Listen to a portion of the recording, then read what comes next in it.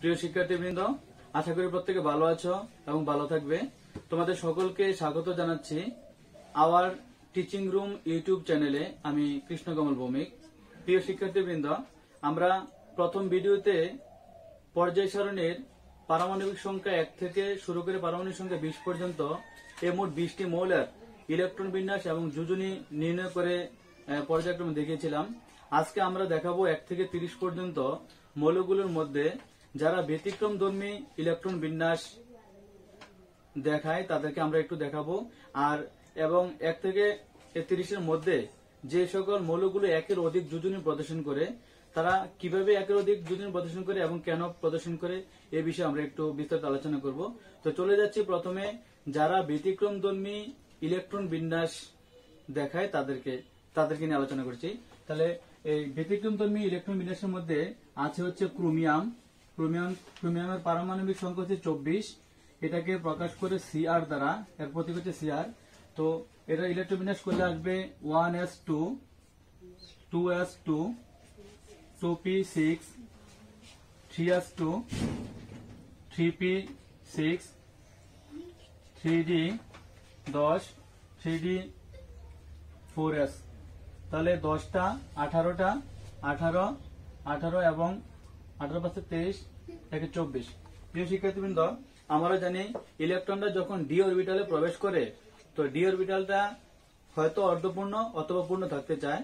যদি অর্ধপূর্ণ থাকে তাহলে ডি অরবিটালে 5টা ইলেকট্রন গ্রহণ করে, এবং এখানে যদি ডি তে 5টা ইলেকট্রন গ্রহণ করে তাহলে এখানে মোট ইলেকট্রন আছে 24টা। এর মধ্যে ডি তে 5টা ইলেকট্রন দেওয়ার পরে মোট ইলেকট্রন হয় 23টা। আমার হাতে বাকি থাকার একটা, এই একটা যাবে পরের স্তরে। যদিও আগে কথা ছিল যে ইলেকট্রন সমূহ সবসময় নিম্ন কক্ষপথে আগে প্রবেশ করে তারপর উচ্চ কক্ষপথে আসে, ওই হিসাব করলে কিন্তু এস এর মধ্যে 2টা যাওয়ার কথা আর ডি এর মধ্যে 4টা আসার কথা। কিন্তু ওই যে ডি এর একটা ধর্ম আছে, ডি সবসময় অর্ধপূর্ণ অথবা পূর্ণ থাকতে চায়। এজন্য আগে নিয়মটা না মেনে সে একটু ব্যতিক্রমধর্মী আচরণ করে, যে ডি এর মধ্যে সে অর্ধপূর্ণ রাখলে 5টা ইলেকট্রন নেবে, আর 5টা ইলেকট্রন নেওয়ার পরে যে বাকি ইলেকট্রনটা থাকবে এটা 4s অরবিটালে যাবে। এজন্য এই কপার ক্রোমিয়াম 24 ইলেকট্রন বিন্যাসটা একটু ব্যতিক্রম। আর পরবর্তীতে আবার আছে কপার, তার পারমাণবিক সংখ্যা হচ্ছে 29। এটাকে আমরা প্রকাশ করি সিইউ দ্বারা। এই ইলেকট্রন বিন্যাসটা একটু ব্যতিক্রম। এক্ষেত্রে 1s2 2s2 2p6 3s2 3p6 3d4s। এবারে আমরা এখানে হচ্ছে 10টা 18টা 18টা আর এখানে 28টা একটা। একইভাবে আগের মতো করে বলছি, ডি অরবিটালটা যদি অর্ধপূর্ণ অথবা পূর্ণ থাকতে চায় তাহলে আমরা এখান থেকে শুরু করে এই 1s থেকে শুরু করে ইলেকট্রনগুলো বিন্যস্ত করার পরে 3d অরবিটালে আসার পর্যন্ত মোট ইলেকট্রন হয় 28টা, এবং সর্বশেষে একটা বাকি থাকে, একটা গেছে 4s অরবিটালে। যদি আগের সিস্টেম মানতো তাহলে নিম্ন কক্ষপথ আসছিল 4s, এটার মধ্যে 2টি ইলেকট্রন দেওয়ার কথা ছিল। তারপরে এটা পূরণ করার পরে যদি এখানে আসতো তাহলে ডি 3d অরবিটালে 9টি ইলেকট্রন আসে। কিন্তু ডি 9টি ইলেকট্রন নিবে না। ডি হচ্ছে সবসময় নিবে কটা, অর্ধপূর্ণ অথবা পূর্ণ থাকতে চায়। এই জন্য সে যদি 10টি ইলেকট্রন নেয় তাহলে সর্বশেষ কক্ষপথে 1টি ইলেকট্রন থাকে, এবং ডি তে থাকে 10টি ইলেকট্রন। এই জন্য এটা একটু ব্যতিক্রম। তাহলে 1 থেকে 30 মধ্যে ক্রোমিয়াম এবং কপার এই 2টি ইলেকট্রন একটু ব্যতিক্রম। প্রিয় শিক্ষার্থীবৃন্দ, আমরা জানি যেহেতু ডি অরবিটালে অর্ধপূর্ণ অথবা পূর্ণ থাকতে চায়, তো এই ক্ষেত্রে ডি এর মধ্যে যখন হিসাব করার পরে 4টা ইলেকট্রন আসবে বা 9টি ইলেকট্রন আসবে, তখন ডি কোনো সময় 4টা অথবা 9টা ইলেকট্রন নিবে না। সে অর্ধপূর্ণ থাকতে চাইলে তো যখন 4টি ইলেকট্রন থাকবে সে পার্শ্ববর্তী আরো একটা স্তর থেকে ওখান থেকে আরো একটা ইলেকট্রন এনে সে 5টা পূরণ করবে। এবং দিয়ে যখন 9টি ইলেকট্রন আসবে হিসাব করার ক্ষেত্রে তখন সে 9টি ইলেকট্রন নিবে না নিয়ে সে পাশের স্তর থেকে সেখান থেকে আরো একটা ইলেকট্রন এনে তার ডি এর মধ্যে 10টি ইলেকট্রন পূরণ করবে। এই জন্য ক্রোমিয়াম 24 এবং কপার 29 এই 2টি ইলেকট্রন একটু ব্যতিক্রম। প্রিয় শিক্ষার্থীবৃন্দ, এবারে আমরা যাচ্ছি ব্যতিক্রমধর্মী যোজনী নির্ণয় পদ্ধতিতে। আমরা জানি 1 থেকে শুরু করে 30 পর্যন্ত মৌলগুলোর মধ্যে বেশ কিছু মৌল আছে যারা একের অধিক যোজনী প্রদর্শন করে। এখন তারা কেন একের অধিক যোজনী প্রদর্শন করে এবং কোন অবস্থায় একের অধিক যোজনী প্রদর্শন করে এটা নিয়ে আমরা আলোচনা করছি। আমরা জানি কার্বন কার্বনের পারমাণবিক সংখ্যা হচ্ছে 6, এটা যোজনী হচ্ছে কার্বনের পারমাণবিক সংখ্যা হচ্ছে 6 এবং এটা যোজনী, এই যে এই পাশে লিখে দিলাম যোজনী, কার্বনের যোজনী হচ্ছে 2 এবং 4 এবং নাইট্রোজেন পারমাণবিক সংখ্যা হচ্ছে 7, তার ইলেকট্রন যোজনী হচ্ছে 3 এবং 5। ফসফরাস 15, তার যোজনী হচ্ছে তাও 3 এবং 5। সালফার যার পারমাণবিক সংখ্যা হচ্ছে 16, এটা যোজনী হচ্ছে 2, 4 এবং 6। তো এখন কার্বন কেন তার যোজনী দুইটার প্রদর্শন করে এবং কিভাবে প্রদর্শন করে এটা আমরা একটু আগে প্রথম দেখাচ্ছি। তো প্রথম হচ্ছে কার্বন, আমরা জানি পর্যায় সারণীর মূল ভিত্তি হচ্ছে ইলেকট্রন বিন্যাস। আমরা জানি কার্বনের পারমাণবিক সংখ্যা হচ্ছে 6, তো এটা দুইটা যোজনী প্রদর্শন করে, একটা হচ্ছে 2 এবং 4। তো আমরা জানি আরো জানি যে পর্যায় সারণীর মূল ভিত্তি হচ্ছে ইলেকট্রন বিন্যাস। তো এই ইলেকট্রন বিন্যাসের মাধ্যমে আমরা প্রত্যেকটা মৌলের যোজ্যতা স্তরে কয়টি ইলেকট্রন আছে এবং যোজনী কিভাবে নির্ণয় করতে হয় সবটাই ইলেকট্রন বিন্যাসের উপর নির্ভর করে। এর জন্য পর্যায় সারণীর মূল ভিত্তিটা হচ্ছে ইলেকট্রন বিন্যাস। তো আমরা প্রথমে ইলেকট্রন বিন্যাসটা বের করে নেই। 1s2, 2s2, 2p2। তো আমরা এটাকে আমরা জানি ইলেকট্রন বিন্যাস করার পরে সর্বশেষ কক্ষপথে যদি দুটি ইলেকট্রন থাকে সেক্ষেত্রে তার যোজনী 2 হয়। তো এটাকে আমরা একটু ব্যতিক্রম ভাবে দেখানোর চেষ্টা করছি, কারণ আমরা এখানে যে পদ্ধতিটা ব্যবহার করেছি এটা হচ্ছে আফ বাউ নীতি। এখন আমরা আরেকটা পদ্ধতি ব্যবহার করব, সে পদ্ধতিটার নাম হচ্ছে হুন্ডের নীতি অথবা হান্স রুল। এটার মাধ্যমে আমরা অতি সহজে নির্ণয় করে দেখাতে পারবো যে তারা কিভাবে ব্যতিক্রমধর্মী ইলেকট্রন বিন্যাস বের করে বা কিভাবে দেখায়।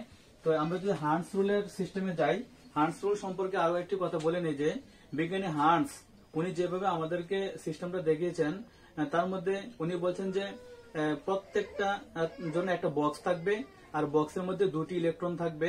তো এই দুটি ইলেকট্রনকে আমরা বিপরীতমুখী স্পিনটা অবস্থান করবে এবং প্রত্যেকটা বক্সের জন্য যেহেতু 2টি ইলেকট্রন থাকে তাহলে আমরা 2টি ইলেকট্রনে দেব। এইভাবে এস এর জন্য হবে একটা বক্স এবং পি এর জন্য, পি এতে যেহেতু মোট 6টি ইলেকট্রন জায়গা হয় তাহলে পি এর জন্য বক্স হবে 3টি এবং প্রত্যেকটাতে 2টা করে মোট 6টি ইলেকট্রন থাকবে। একইভাবে ডি তে মোট ইলেকট্রন জায়গা হচ্ছে 10টি এবং এই 10টি ইলেকট্রনের জন্য বক্স হবে মোট 5টি। তো এইভাবে আমরা এই হান্স রুলের মাধ্যমে দেখাচ্ছি যে তারা কেন ব্যতিক্রমধর্মী যোজনী প্রদর্শন করে। তো একইভাবে আমরা এসে জায়গা হয় 2টি ইলেকট্রন এবং একটা বক্সে ইলেকট্রন জায়গা হয় 2টি। তো সুতরাং আমরা এটাকে এইভাবে দিলাম। একইভাবে আবার এসে 2s ও ঠিক 2টি ইলেকট্রন এভাবে দিলাম। আর পি তে মোট ইলেকট্রন জায়গা হচ্ছে 6টি। তো যেহেতু প্রত্যেকটা বক্সের মধ্যে ইলেকট্রন গুলো জোড়া আকারে থাকে এবং বিপরীতমুখী স্পিনটা অবস্থান করে, তাহলে 6টি ইলেকট্রন জন্য বক্স হবে মোট 3টা। তো এই ক্ষেত্রে আরো একটি সিস্টেম, সেটা হচ্ছে যদি পি এর মধ্যে 6টি ইলেকট্রন থাকে তাহলে আমরা 2টি করে ইলেকট্রন দিতে পারবো। তো যদি কোনো সময় পি এর মধ্যে 4টি ইলেকট্রন থাকে অথবা 5টি ইলেকট্রন থাকে সেক্ষেত্রে আমরা প্রথমে প্রত্যেকটা বক্সে একটা করে ইলেকট্রন দিব। দেওয়ার পরে যদি আবার বাকি থাকে তাহলে আবার প্রথম ঘরের থেকে আবার ইলেকট্রন দেওয়া শুরু করব। এইভাবে বন্টনটা করতে হবে। তাহলে এবার পি এর মধ্যে ইলেকট্রন আছে কয়টি? 2টি। তো আমরা যদি প্রথম বক্সে একটা দেবো, দ্বিতীয় বক্সে একটা দেবো। এইভাবে দেওয়ার পরে যদি যেগুলো জোড়া আকারে থাকবে মানে অযুগ্ম অবস্থায় থাকবে তারা হচ্ছে যোজনী প্রদর্শন করে আর কি। তো এই কার্বনের পারমাণবিক সংখ্যা 6, এভাবে ইলেকট্রন বিন্যাস করার পরে আমরা দেখলাম যে অযুগ্ম অবস্থায় ইলেকট্রন আছে 2টি, সুতরাং তার যোজনী হচ্ছে 2। তার মানে কার্বন স্বাভাবিক অবস্থা তার যোজনী 2 প্রদর্শন করে। এটাকে আমরা যদি এভাবে দেই 1s2, 2s2 এবং 2px, 2py, x এ একটা y একটা। আমরা আরেকটা কথা বলে রাখি যে যেহেতু পি এর মধ্যে মোট 6টি ইলেকট্রন জায়গা হয় এবং এর জন্য বক্স হয় 3টি। তো 3টি বক্সের জন্য 3টা বক্সকে আমরা আলাদা আলাদা বোঝানোর জন্য 2px একটা বক্স, 2py একটা বক্স এবং 2pz একটা বক্স এভাবে আমরা প্রকাশ করব। তার মানে কার্বন স্বাভাবিক অবস্থা তার যোজনী 2 প্রদর্শন করে। এটাকে যদি আমরা একটু উত্তেজিত করি, আমরা এখানে একটা স্টার চিহ্ন দিয়ে বোঝাচ্ছি যে কার্বন উত্তেজিত অবস্থা। তো এটাকে যদি আমরা একটু উত্তেজিত করি তাহলে উত্তেজিত অবস্থায় কার্বন একটু ব্যতিক্রমধর্মী আচরণ করবে। সেক্ষেত্রে আবার আগের মতো করে আমরা বক্স তৈরি করে নিচ্ছি। প্রথম বক্সে 2টি ইলেকট্রন হয়, তারপর দ্বিতীয় বক্সে আরো 2টি ইলেকট্রন হয়, কিন্তু আমরা 2টি ইলেকট্রন দেব না, না দিয়ে আমরা এই ব্যতিক্রমধর্মী আচরণটাই দেখাচ্ছি। প্রথম স্বাভাবিক অবস্থায় পি এর মধ্যে 2টি ঘর ছিল, 2টা আছে। আর যখন আমরা উত্তেজিত করব, আমরা জানি উত্তেজিত অবস্থায় যে স্তরটা অপূর্ণ থাকবে, মানে যে অরবিটালটা অপূর্ণ থাকবে, সেই স্তরটাকে উত্তপ্ত করলেই আগে ভাঙবে। তাহলে প্রথম স্তরে ইলেকট্রন জায়গা হয় 2টি, এখানে আসেও 2টি ইলেকট্রন। দ্বিতীয় স্তরে ইলেকট্রন জায়গা হয় 8টি, কিন্তু আমার এখানে ইলেকট্রন আছে মোট 4টি। তাহলে তার মানে এই স্তরটা কি অপূর্ণ আছে। যেহেতু অপূর্ণ আছে, সুতরাং তাপ দেওয়ার পরে এই অপূর্ণ ইলেকট্রন গুলা জোড়া জোড়া আকারে থাকবে না, তারা সিঙ্গেল সিঙ্গেল হয়ে বসে যাবে। তো এই হিসেবে এখানে উত্তপ্ত করার পরে এস এর মধ্যে ইলেকট্রন ছিল 2টি, এবার এখানে থাকবে 1টি ইলেকট্রন, আর এখান থেকে 1টি ইলেকট্রন উঠে গিয়ে এই খালি ঘরে বসে যাবে। তার মানে উত্তেজিত অবস্থায় ইলেকট্রন সমূহ থাকবে সিঙ্গেল সিঙ্গেল, আর স্বাভাবিক অবস্থায় ইলেকট্রন সমূহ সবসময় জোড়া আকারে থাকতে পছন্দ করে। এই জন্য কার্বন তার পারমাণবিক সংখ্যা 6, এটাকে যখন আমরা উত্তেজিত করছি তখন এই প্রথম স্তরে 2টি ইলেকট্রন আছে। দ্বিতীয় স্তরে এই ক্ষেত্রে এস এর মধ্যে ইলেকট্রন ছিল 2টি, কিন্তু উত্তপ্ত হওয়ার পরে এখান থেকে 1টি ইলেকট্রন উঠে গিয়ে এখানে একটা খালি ঘর ছিল, খালি ঘরের মধ্যে বসে গেছে। এইভাবে বিন্যস্ত করার পরে তাহলে সর্বশেষ কক্ষপথে অযুগ্ম ইলেকট্রন আছে 4টি, সুতরাং তার যোজনী হচ্ছে কত? 4। আর এটাকে আমরা লিখতে পারি 1s2, 2s1, 2px1, 2py1 এবং 2pz1। পি এর মধ্যে 6টি ইলেকট্রন, 3টি ভাগ আমরা দেখে দিলাম। তার মানে কার্বন স্বাভাবিক অবস্থায় তার যোজনী 2 প্রদর্শন করে এবং উত্তেজিত অবস্থায় তার যোজনী 4 প্রদর্শন করে। এটা হচ্ছে কার্বনের ক্ষেত্রে। এবার আমরা চলে যাচ্ছি নাইট্রোজেনের বেলায়। নাইট্রোজেনের ক্ষেত্রে ঠিক একইভাবে আমরা প্রথমে ইলেকট্রন বিন্যাস তৈরি করে নেই। তারপরে নাইট্রোজেনের পারমাণবিক সংখ্যা হচ্ছে 7, ইলেকট্রন বিন্যাস তৈরি করলে 1s2, 2s2, 2p3। এটা হচ্ছে নাইট্রোজেনের স্বাভাবিক অবস্থায় ইলেকট্রন বিন্যাস। এটাকে যদি আমরা হান্টস রুলের মাধ্যমে দেখাই, তাহলে প্রথম বক্সে ইলেকট্রন জায়গা হয় 2টি, এখানে আছেও 2টি, তাহলে প্রথম বক্সে ইলেকট্রন 2টি দিলাম। তারপরেও তো এস এর মধ্যে 2টি ইলেকট্রন জায়গা হয়, এখানেও 2টি ইলেকট্রন আছে, আমরা 2টি ইলেকট্রন দিলাম। তারপরে পি এর মধ্যে ইলেকট্রন জায়গা হয় 6টি, তার জন্য বক্স হবে হচ্ছে 3টি। তো আমরা 3টি বক্স প্রথমে করে নিলাম। আমি আগে বলছি যে 6টি ইলেকট্রন জায়গা যদি 6টি থাকে, সেক্ষেত্রে আমরা 3টি বক্স সরাসরি করে নিতে পারবো। আর যদি 6 এর নিচে থাকে, যেমন ধর এখানে পি এর মধ্যে ইলেকট্রন আছে 3টি, তো এই ক্ষেত্রে আমরা কি করবো, প্রথমে প্রত্যেকটা বক্সে একটা একটা করে দিতে হবে। তা আমরা যদি প্রথমে প্রত্যেকটা বক্সে একটা একটা করে দিই, এখানে একটা দিলাম, এখানে একটা দিলাম, এখানে একটা দিলাম। তো এইভাবে তৈরি করার পরে অযুগ্ম অবস্থায় ইলেকট্রন পাওয়া গেছে 3টি, সুতরাং তার যোজন হচ্ছে 3। তাহলে এটাকে যদি আমরা এভাবে লিখি 1s2, 2s2, 2px1, 2py1, 2pz1, এটা হচ্ছে তার স্বাভাবিক অবস্থা। স্বাভাবিক অবস্থা তার যোজন হচ্ছে 3। এবারে আমরা যদি একটু উত্তেজিত করে দিই, উত্তেজিত অবস্থায় নাইট্রোজেন আরেকটু ব্যতিক্রমী আচরণ করে। এক্ষেত্রে এই প্রথম বক্সে 2টি ইলেকট্রন জায়গা হয়, আমরা 2টি ইলেকট্রন দিয়ে দিলাম। এবং আমি আগেই বলেছি উত্তপ্ত করলে কোন স্তরটা ভাঙবে, যে স্তরটা অপূর্ণ আছে সেই স্তরটা ভাঙবে। তাহলে দ্বিতীয় কক্ষপথে ইলেকট্রন জায়গা হয় 8টি, কিন্তু আমার এখানে ইলেকট্রন আছে 3 এবং 2 মোট 5টি ইলেকট্রন। তার মানে আরো 3টি ইলেকট্রন কিন্তু শর্ট আছে। তো এই ক্ষেত্রে উত্তপ্ত করার পরে এই স্তরটা কিন্তু ভাঙবে। তো এই ক্ষেত্রে আমরা এই এস এর মধ্যে জায়গা হয় 2টি ইলেকট্রন, কিন্তু আমরা উত্তেজিত করার পরে কিন্তু স্তরে 2টি থাকবে না, এখানে থাকবে 1টি ইলেকট্রন। আর এখানে পি এর মধ্যে 6টি ইলেকট্রনের জন্য 3টি বক্স, আমরা 3টি আঁকলাম। প্রত্যেকটাতে একটা একটা করে থাকবে 2s, 2p, তারপরে যাবে কত 3s। তার পরবর্তী ইলেকট্রনটা পরে ঘরে চলে যাবে। এ হচ্ছে নাইট্রোজেনের উত্তেজিত অবস্থায় রূপটা। এবারে এটা যদি আমরা এভাবে লিখি 1s2, 2s1, 2px1, 2py1, 2pz1 এবং 3s1। তাহলে আমরা জানি যে উত্তেজিত করলে ইলেকট্রন গুলো আর জোড়া আকারে থাকে না, তারা জোড়া আকারে থাকলেও তারা উত্তেজিত করলে এটা সিঙ্গেল সিঙ্গেলে বসে যায়, পরবর্তী ঘরগুলোতে ইলেকট্রনটা চলে যায়। তাহলে এইভাবে কাজ করার পরে সর্বশেষ কক্ষপথে অযুগ্ম ইলেকট্রন পাইছি আমরা 1, 2, 3, 4, 5টি। সুতরাং তার যোজন হচ্ছে কত? 5। তার মানে নাইট্রোজেন স্বাভাবিক অবস্থায় তার যোজনী 3 প্রদর্শন করে এবং উত্তেজিত অবস্থায় তার যোজনী 5 প্রদর্শন করে। এটা হচ্ছে নাইট্রোজেনের ক্ষেত্রে। তারপরে চলে যাচ্ছে আমরা ফসফরাস। ফসফরাসের ক্ষেত্রে প্রথমে ইলেকট্রোবিন্যাস তৈরি করে নেই। ফসফরাস পারমাণবিক সংখ্যা হচ্ছে কত 15। ইলেকট্রোবিন্যাস করলে 1s2 2s2 2p6 3s2 3p3। এটা হচ্ছে ফসফরাসের ইলেকট্রন বিন্যাস। এটা যদি আমরা হুন্ডে নীতিতে দেখাতে যাই তাহলে এক্ষেত্রে 2টা এবং 2টাই দিলাম। এখানেও 2টি ইলেকট্রন আছে, আমরা 2টি দিলাম। পি এর মধ্যে পেতে ইলেকট্রন জায়গায় মোট 6টি, এর জন্য বক্স হবে 3টি। তো 3টি বক্সে আমরা দিয়ে দিলাম একটি, মোট 3টি ইলেকট্রন। তার মধ্যে যেহেতু 6টি ইলেকট্রন আছে তাহলে সরাসরি আমরা এখানে 6টি দিয়ে দিলাম। এবং পরবর্তী স্তরে ইলেকট্রন আছে 2টি এই 3s এর মধ্যে। তো এই ক্ষেত্রে আমরা 2টি ইলেকট্রন দিলাম। এবং পি এ তে ইলেকট্রন আছে, ইলেকট্রন জায়গা হওয়ার কথা 6টি, কিন্তু এক্ষেত্রে ইলেকট্রন আছে 3টি। তো এর মধ্যে 3টি বক্স তৈরি করার পরে আমরা প্রথম স্তরে একটা, পরেরটাতে একটা, তারপরটাতে একটা দিয়ে দিলাম। তার মানে ফসফরাস স্বাভাবিক অবস্থায় ইলেকট্রন বিন্যাস করার পরে সর্বশেষ কক্ষপথে অযুগ্ম ইলেকট্রন থাকে 3টি, সুতরাং তার যোজনী হচ্ছে কত 3। তার মানে এটাকে যদি আমরা এইভাবে লিখি 1s2 2s2 2p6 3s2 3px1 3py1 3pz1, এই অবস্থায় তার যোজনী হচ্ছে কত 3। এটা হচ্ছে ফসফরাসের স্বাভাবিক অবস্থায় ইলেকট্রন বিন্যাস।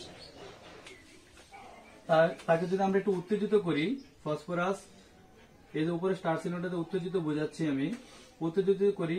উত্তেজিত অবস্থায় যদি আমরা আবার ইলেকট্রন বিন্যাসটা করার চেষ্টা করি, এক্ষেত্রে প্রথমে 2টি ইলেকট্রন আছে 2টা দিলাম, তারপরে 2টি ইলেকট্রন আছে 2টি দিলাম। পি এ মোট 6টি ইলেকট্রন জায়গা হয়, এর জন্য বক্স হবে 3টি। আমরা 3টা বক্সে 2টি করে ইলেকট্রন দিয়ে মোট 6টি পূরণ করে দিয়েছি।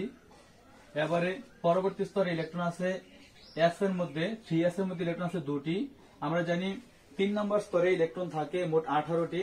এটা বের করে একটা সূত্র আছে 2n², এর মাধ্যমে আমরা বের করতে পারি কোন স্তরে কয়টি ইলেকট্রন আছে। তো 3 নম্বর অরবিটালে যেহেতু মোট জায়গা হয় ইলেকট্রন 18টি, এর মধ্যে আমার ইলেকট্রন আছে মাত্র 5টি। তো এক্ষেত্রে অনেকগুলো ঘরে কিন্তু এখনো শূন্য আছে। তো এটাকে যদি আমরা উত্তপ্ত করি, উত্তপ্ত করার পরে ইলেকট্রন গুলো আর জোড়া আকারে থাকবে না, না থেকে ওই যে শূন্যস্থান ফাঁকা স্থানে গিয়ে ইলেকট্রন গুলো জোড়া মানে সিঙ্গেলে সিঙ্গেলে বসে যাবে। তো এই জন্য এর মধ্যে এক্ষেত্রে আমরা 2টি ইলেকট্রন দিয়েছিলাম। তো এক্ষেত্রে ইলেকট্রন থাকবে মাত্র 1টি, আর এখান থেকে একটি ইলেকট্রন উঠে গিয়ে এর 3s 3p তে চলে যাবে। এপি এর মধ্যে ইলেকট্রন জায়গা হচ্ছে 3টি। তারপরে পরবর্তী স্তরটা হচ্ছে 3p, 3p পরে আসবে কত 3d। পরবর্তী স্তরটা হচ্ছে 3d। ডি এর মধ্যে ইলেকট্রন জায়গা মোট 10টি, এর জন্য বক্স হবে 5টি। এই 5টা বক্স করে দিলাম। এর মধ্যে এই ক্ষেত্রে এখানে 2টাতে 4টা 6 8 10 11 12 13 14টি ইলেকট্রন আছে, আর একটা ইলেকট্রন এখানে চলে আসবে। এটা হচ্ছে মোট 15টা ইলেকট্রন। তাহলে এটা হচ্ছে 1s2, এটা হচ্ছে 2s2, এটা হচ্ছে 2p6, এটা হচ্ছে 3s। এখান থেকে 2টা ইলেকট্রন ছিল, এখানে এখানে হবে একটা ইলেকট্রন, এবং 3px1 3py1 3pz1 এবং 3dxy1। এটা হচ্ছে তার উত্তেজিত অবস্থায় ফসফরাসের রূপটা। তো এইভাবে ইলেকট্রন বিন্যাস করার পরে সর্বশেষ কক্ষপথে অযুগ্ম ইলেকট্রন আছে মোট 5টি, 1 2 3 4 5টি। সুতরাং তার যোজনী হচ্ছে 5। তার মানে ফসফরাস স্বাভাবিক অবস্থায় তার যোজনী 3 প্রদর্শন করে এবং উত্তেজিত অবস্থায় তার যোজনী 5 প্রদর্শন করে। এটা হচ্ছে ফসফরাসের ক্ষেত্রে। তারপরে চলে যাচ্ছে আমরা সরাসরি সালফারে। একইভাবে আমরা সালফারের ইলেকট্রন বিন্যাসটা প্রথমে লিখি।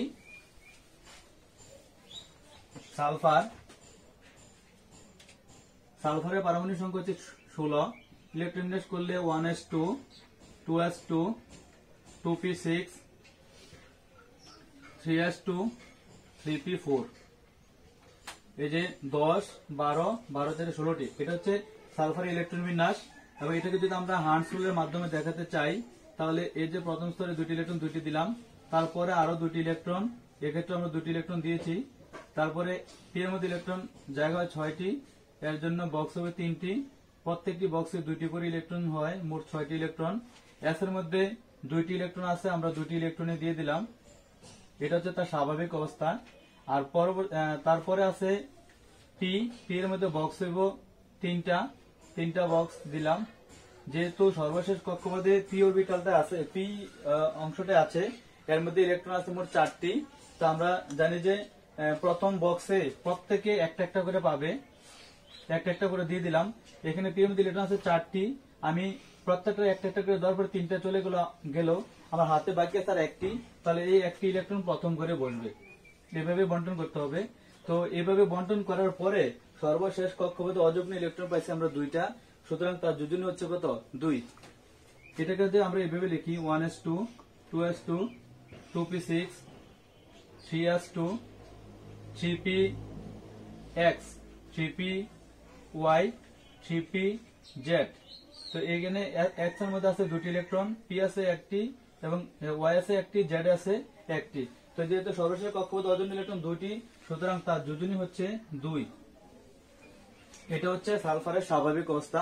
এবার সালফারটাকে যদি আমরা উত্তেজিত করি, তাহলে উত্তেজিত করার পরে এখানে পি এর মধ্যে ইলেকট্রন জায়গা 6টি, তো এখানে ইলেকট্রন আছে 4টি। তো হালকা উত্তেজিত করলে অল্প তাপে পি এর মধ্যে যে 4টি ইলেকট্রন আছে, এই 4টি ইলেকট্রন ভাঙবে। তারপরে যখন আমরা অতিরিক্ত উত্তেজিত করব, মানে বেশি তাপ দেব, অতিরিক্ত উত্তেজিত অবস্থায় এবার এসের থেকে ইলেকট্রন গুলো ভাঙতে থাকবে।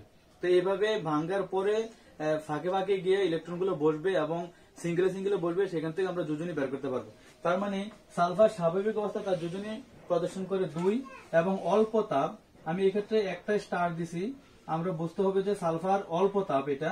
তো এই ক্ষেত্রে যদি আমরা আবার ইলেকট্রন তৈরি করি, তাহলে 1s2, 2s2,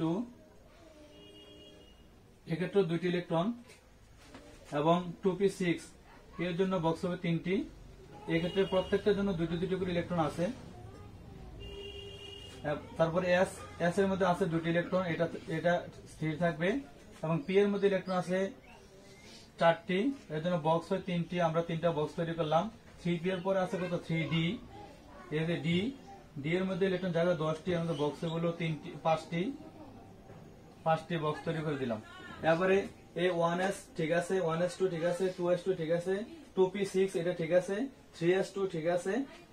এবারে এই যে এই ক্ষেত্রে থাকবে একটা ইলেকট্রন, এখানে একটা ইলেকট্রন, এখানে একটা ইলেকট্রন, আর এই ক্ষেত্রে 2টি ইলেকট্রন ছিল এখান থেকে একটা ইলেকট্রন ভেঙে তার পরবর্তী স্তরে চলে যাবে। তার মানে এটাকে আমরা এভাবে লিখতে পারি 1s2, 2s2, 2p6, 3s2, 3px, 3py, 3pz। এখানে একটি ইলেকট্রন, এখানে একটি, আর 3p পরে আসছে কত? 3d। ডি এর মধ্যে 5টি ধাপের মধ্যে প্রথম ধাপটা হচ্ছে xy, আমরা xy দিয়ে দিলাম। এইভাবে অযুগ্ম অবস্থায় ইলেকট্রন আছে, সর্বশেষ কক্ষপথে ইলেকট্রন আছে মোট 4টি, 1 2 3 4। তার মানে তার যোজনী হচ্ছে কত? 4। তার পরবর্তীতে আমরা যদি এটাকে আরেকটু বেশি উত্তেজিত করি, সেক্ষেত্রে আমি বোঝানোর জন্য 2টা স্টার ব্যবহার করলাম। তার মানে বুঝতে হবে যে এটা ছিল তার স্বাভাবিক অবস্থা এবং এটা হচ্ছে অল্প তাপ, এটা হচ্ছে অধিক তাপ। তো অধিক তাপে যদি আমরা যাই, তো সেক্ষেত্রে প্রথম স্তরে ইলেকট্রন জায়গা হয় 2টি, আমরা 2টি দিলাম। তার পরবর্তীতে ইলেকট্রন জায়গা হয় আরো 2টি, এর 2টি দিলাম। এক্ষেত্রে জায়গা হচ্ছে 6টি, আমরা প্রত্যেকটা বক্সে আরো 2টি করে ইলেকট্রন দিয়ে মোট 6টি পূরণ করে দিলাম।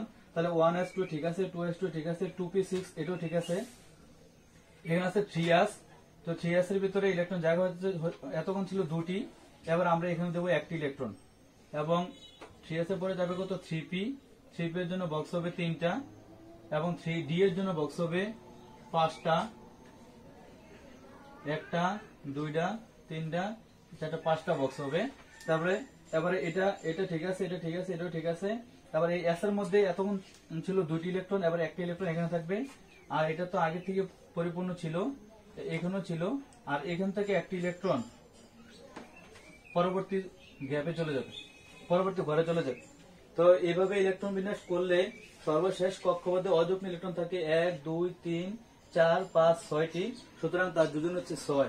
এটাকে আমরা এভাবে লিখতে পারি 1s2, 2s2, 2p6, 3s1, 3px, 3py, 3pz, এখানে একটা ইলেকট্রন, এখানে একটা, এখানে একটা, তারপর আসছে 3dxy, 3dyz, এখানে একটা, এখানে একটা।